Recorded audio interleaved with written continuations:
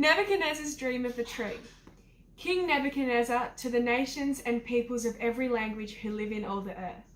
May you prosper greatly. It is my pleasure to tell you about the miraculous signs and wonders that the Most High God has performed for me.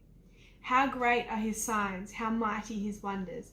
His kingdom is an eternal kingdom. His dominion endures from generation to generation.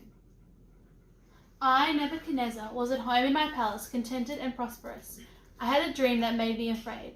As I was lying in bed, the images and visions that passed through my mind terrified me. So I command that all the wise men of Babylon be brought before me to interpret the dream for me. When the magicians, enchanters, astrologers, and diviners came, I told them the dream, but they could not interpret it for me.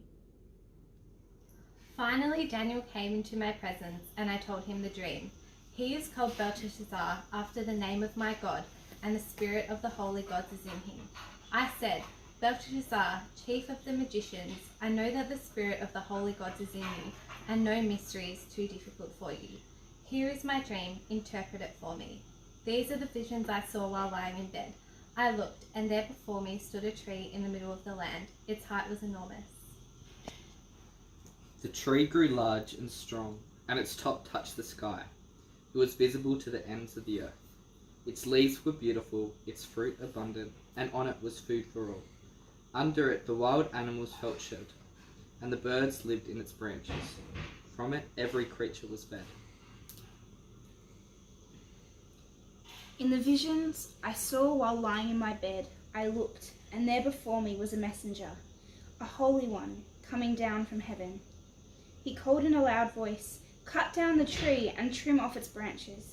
Strip off its leaves and scatter its fruit. Let the animals flee from under it and the birds from its branches.